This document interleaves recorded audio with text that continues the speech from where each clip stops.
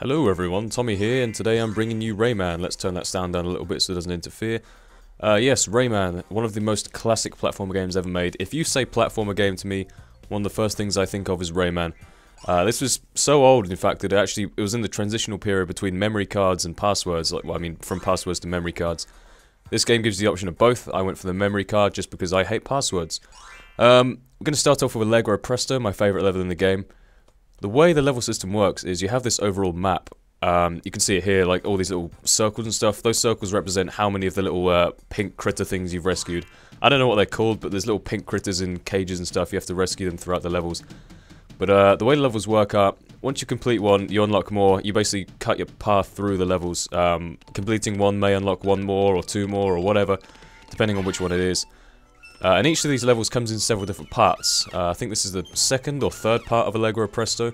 I only picked this one because it's my favourite bit. I did this flawlessly. Normally I fail so many times on this, but I was so proud of myself I had to keep this in. But yeah, I mean, it comes in a few different parts, each one, and each part is separated by a little sign with an exclamation mark on the end. Plays a cool little sound when you do it. I'll show you that at the end, but definitely one of the best things about this game for me is the music, as well as the sound effects. Graphics aren't great because it's all in 2D, but I mean, it's old enough to, you know, not matter so much, because it is a pretty old game, and 2D is still fine by me. The way this game works is, you control Rayman, this little guy here. He has helicopter hair, he has fists which he can projectile in front of him. He is an interesting character indeed, very iconic amongst the gaming community. His abilities, such as the punch, the glide, and the hang, you don't get right from the start, you have to actually earn them as you go along. As you progress through certain levels, Batilla, or something like that, the fairy comes to you and gives you these abilities, which are extremely helpful of course. And then once you get an ability, you often have to revisit earlier levels where you missed out some cages and stuff which you couldn't get to before. Like when you get the ability where you can use little hooks to chain your fist onto and swing off them. You need that for some of the earlier levels, and you don't get that until a bit later. So yeah, that's an example of that. That was a nice little fail there. The little blue things called tings, they're the standard pickup of the game. You see them in the top right hand corner. If you get 100 of them, you get a new life. Lives you really want in this game, you can lose them very quickly. I think you can also use them for bonus rounds, where you see this little guy in a top hat and yeah!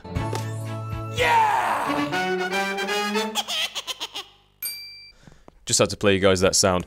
You see a guy in a top hat and you basically give him a certain amount of tings, I think it's 10 or 15, and you enter a bonus round, whereby you have a timer to collect a certain amount of tings. There's no enemies or anything, you just have to collect tings. And if you get them, you get an extra life. Hooray! More lives.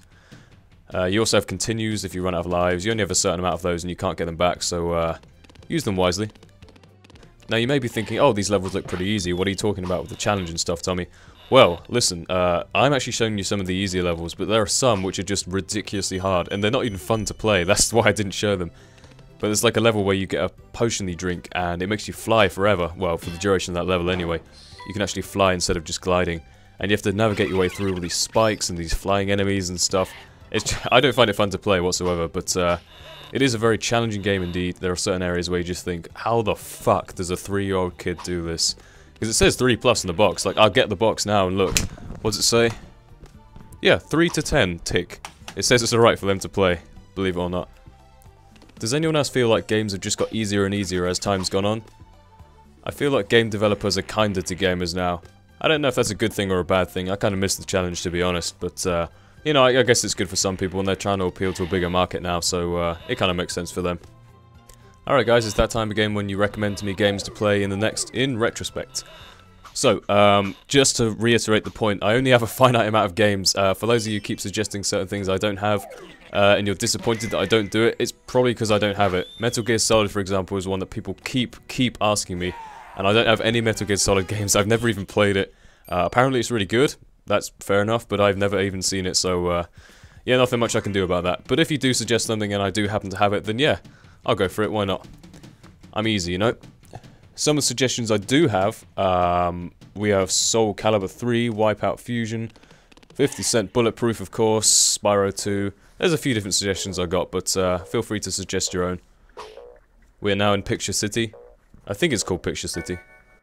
This is a really hard level indeed. It took me a few attempts, but basically I'm using this bouncy thing to get up the platforms. They put these in quite a few of the levels. Using the dash to my advantage here. The dash is ability where you hold down circle and actually makes you run faster.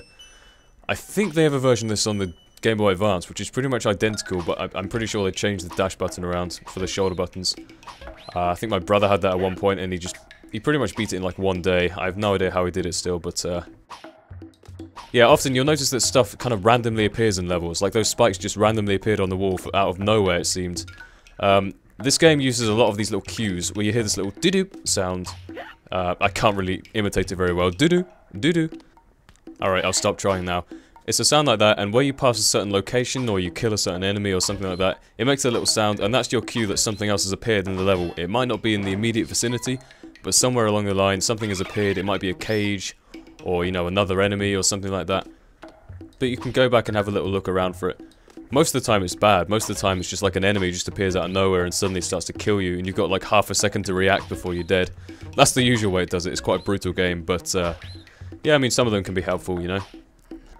I believe there is a 3D sequel to this game, Rayman 2: The Great Escape. I haven't actually played it before, and I know there's quite a few of these Rayman sequels going on. Like, now they've kind of diversified to this whole Raving Rabbids thing, whatever the fuck that is. I don't know, I've seen a few Wii games called Rayman Raving Rabbids, and I kind of looked at it and thought, okay, where is Rayman? I don't see him anywhere. Where's the guy who can detach his fists and glide with his hair? This is the point where I kind of get stuck, because Rayman is such a simplistic game that there really isn't too much to say about it.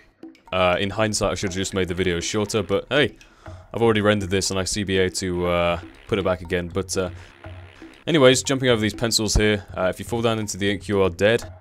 You have to glide into this one and actually sprint along, because for some reason the sprinting seems to automatically match the rate at which these pens go up. I thought that was pretty cool.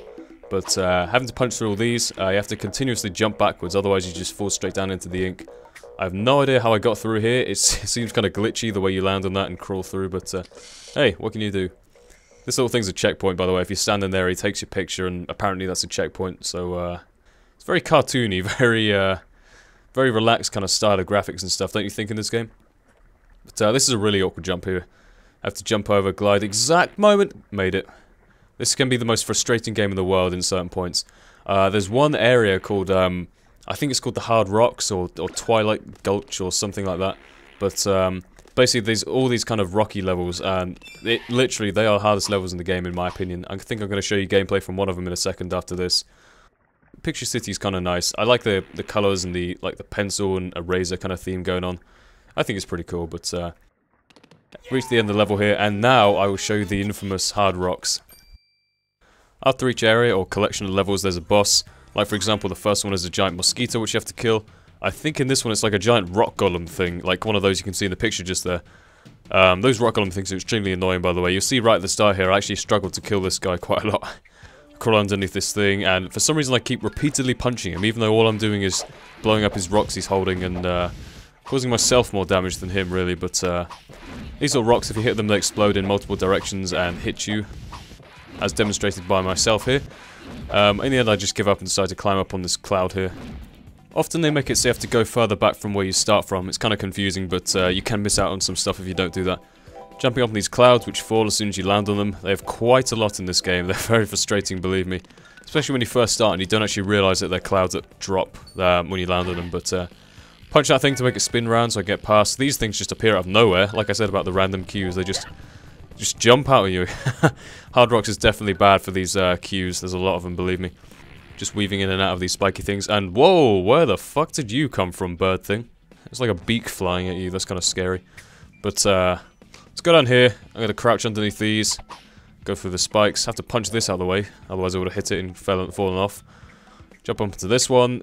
Like I said, a lot of it is about reactions and knowing what to do. Like, there's no way I'd be able to do this the first time round. I think I had to, like, learn the map a bit. Well, learn the level a bit and figure out what's going on, you know? Jump down here, duck underneath these things.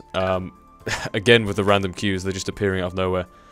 Hard Rocks, I believe, is one of the hardest levels. For those of you who've played the game, I imagine most of you played Rayman at some point, but what is your favourite and or least favourite map in the game? Level in the game, sorry. We'll go into this. I think for this one you have to jump over, otherwise you get hit by it. I think we're coming towards the end of the video here, guys.